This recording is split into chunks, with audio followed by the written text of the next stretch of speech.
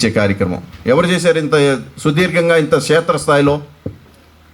అందుకని ఈ వాలంటీర్స్ వ్యవస్థ, సచివాలయ వ్యవస్థ ఈ దేశంలో మొన్న కోవిడ్, ప్రపంచవ్యాప్తంగా వచ్చిన కోవిడ్ మహమ్మారి మనకి ఈ వ్యవస్థ ఉండటం వల్ల చాలా వరకు ఎదుర్కోగలిగాం, చాలా వరకు తగ్గించుకోగలిగాం.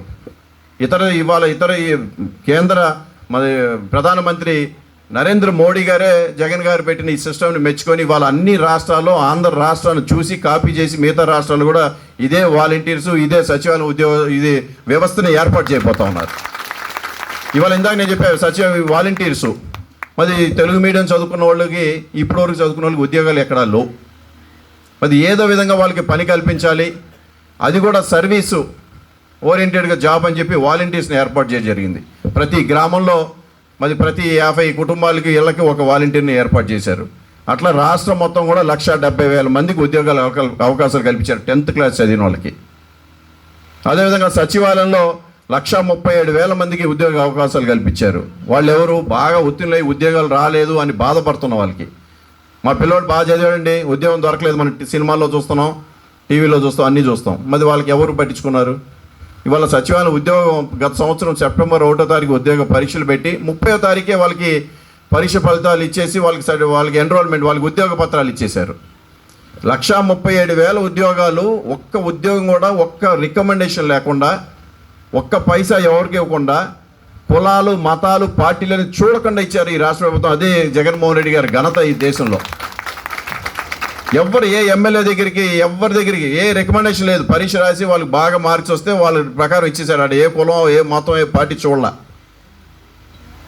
మరి ఇంత వ్యవస్థ ఇవాళ ప్రజలకి ఎన్ని ప్రతిపక్ష పార్టీలు ఎన్ని దీని మీద వాళ్ళు మాట్లాడలేవు.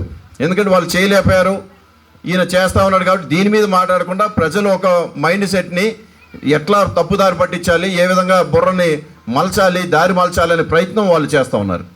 అందరూ మీరు ఇంత సూక్ష్మంగా నేను ఎందుకు చెప్తానంటే ప్రభుత్వం ఒక పనితీరు మీకు వివరించాలి కాబట్టి తెలియజేస్తా ఉన్నా.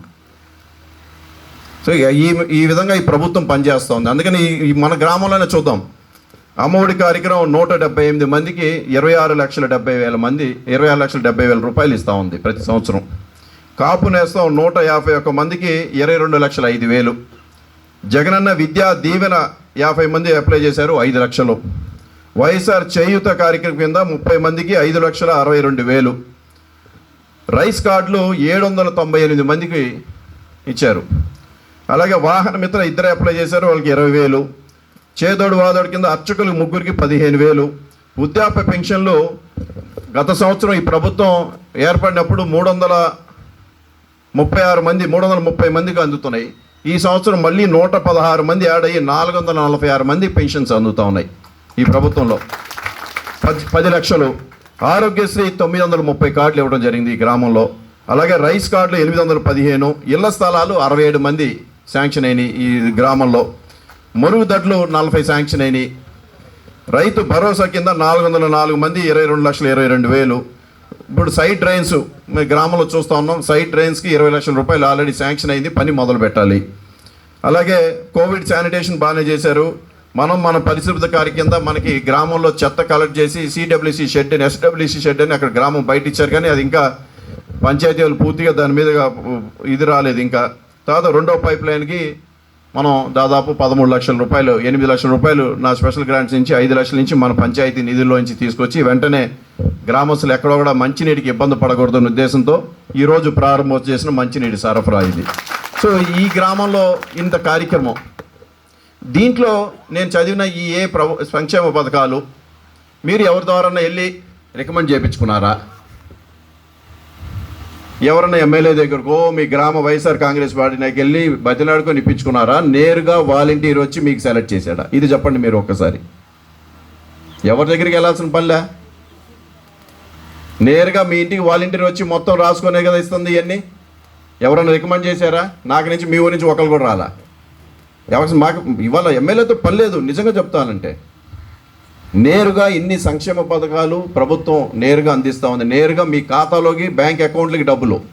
ఇది కాకుండా పెన్షన్స్ 1వ తారీఖు టెన్షన్గా 1వ తారీఖు పొద్దున్న 9 లోపల అందరికీ ఇంటింటికి వెళ్ళి ఇచ్చేస్తూ ఉన్నారు. ఇప్పుడు చెప్పండి గత ప్రభుత్వానికి ఈ ప్రభుత్వానికి ఉన్న వ్యత్యాసం. గత ప్రభుత్వం జన్మభూమి కమిటీలు పెట్టుకొని నువ్వు పచ్చకండావు కప్పుకుంటే ఇస్తాను, నువ్వు నాకు 10,000 ఉంటేనే ఇస్తాను, ఇట్లా చేశారు. నువ్వు మా పార్టీ కాదు, నీకు ఇవ్వను. రోడ్ల దగ్గర కూడా అంతే. ఈ రోడ్లు ఇది మన పార్టీది కదరా, ఈ రోడ్డు వేయటానికి వీల్లేదు. ఎక్కడ వరకు ఉందంటే అక్కడ వరకు వేసి ఆపారు. నియోజకవర్గం మొత్తంలో సమస్యలు నేను చెప్తున్నా, నేను చూసాను చాలా చోట్ల. అది వైశాఖ ఈ బజార్ మనోళ్ళది కాదరా అంటే వాళ్ళు వేసే పని లేదు. ఇప్పుడు ఏం లేవు. ఇంకోటి కూడా చెప్తున్నా, రేపు పొద్దున పంచాయతీ ఎన్నికలైన తర్వాత మీ సర్పంచ్, గ్రామ సర్పంచ్, మీ గ్రామ ఎంపీటీసీ సచివాలయంలో కూర్చొని ఇక్కడే నిర్ణయాలు తీసుకోపోతున్నారు. మీ గ్రామానికి కావాల్సిన అవసరాలు ఇక్కడే నిర్ణయాలు తీసుకోపోతున్నారు. అదే గ్రామ స్వరాజ్యం. ఇందాక నేను చెప్పింది. ఇంకెక్కడ మీరు ఎవరి దగ్గరికి వెళ్ళాల్సిన పల్లా, ఎమ్మెల్యే దగ్గరికి వెళ్ళాల్సిన పల్లా, ఎంపీ దగ్గరికి వెళ్ళాల్సిన పల్లా, మినిస్టర్ దగ్గరికి వెళ్ళాల్సిన పల్లా. ఏదైనా స్పెషల్ గ్రాంట్స్ మాకు వస్తే మీకు మేము ఏ గ్రామానికి ఇంపార్టెన్స్ ఆ గ్రామానికి ఇవ్వాలి తప్ప, మీ గ్రామంలోనే నిర్ణయాలు రేపొద్దున మీ సచివాలయంలోనే సర్పంచ్ ఎలక్షన్స్ అయిన తర్వాత తీసుకోపోతా ఉన్నారు. అంటే గ్రామంలో కావాల్సినవి మాకన్నా మాకు బాగా తెలుస్తాయా, మీకు బాగా తెలుస్తాయా? మీకే బాగా తెలుస్తాయి కదా. సో మీరే నిర్ణయాలు తీసుకునే విధంగా ఈరోజు ప్రభుత్వం అంత నిర్ణయాలు తీసుకుంది. ఇవాళ రైతు భరోసా కేంద్రాల కింద కస్టమ్ హైరింగ్ సెంటర్ అని ఒక 6 కమిటీ వేసాం మీ గ్రామంలో. చిన్న సన్నకారు రైతులకి పనిముట్లు కొనుగోలు చేసి అద్దెకిచ్చే విధానం. 1,50,000 ఈ కమిటీ వాళ్ళు ఈ 6 ఎవరైనా వేసుకొని బ్యాంకులో అకౌంట్ ఓపెన్ చేస్తే మిగతాదంతా ప్రభుత్వం లోన్ కింద ఇస్తుంది. 6 లక్షల రూపాయలు సబ్సిడీ, దాంట్లో ఇంకో 6 లక్షల రూపాయలు మీ బ్యాంకుకి మీరు కట్టుకునే విధంగా. అంటే ఈ పనిముట్లు మీరు 15 లక్షల రూపాయలకి సరిపోయే పనిముట్లు మీరు కొనుగోలు చేసుకొని గ్రామంలో చిన్న సన్నకారు రైతులు 1 ఎకరం 2 ఎకరాలు అర ఎకరం ఉన్న రైతులు వ్యవసాయం చేసుకోవాలి. ఈ పనిముట్లు అద్దెకిచ్చి అద్దె డబ్బుల ద్వారా బ్యాంకు కట్టేసుకుంటే మీకు ఇంకో విధంగా చిన్న సన్నకారు రైతులకు ఒక ఆదాయంగా ఉంటుందని కస్టమ్ హైరింగ్ సెంటర్స్ అని అదొక కార్యక్రమం తీసుకున్నారు. చూడండి, ఎక్కడ ఈ ప్రభుత్వం అలసత్వం వహిస్తూ ఉంది. గత ప్రభుత్వంలాగా ఇవన్నీ కూడా ఇవాళ పేపర్లో రావట్లా. నేను చెప్పిన విషయాలన్నీ కూడా పేపర్లో ప్రజల యొక్క బుర్రని తప్పుదారి పట్టిస్తూ ఉన్నాయి.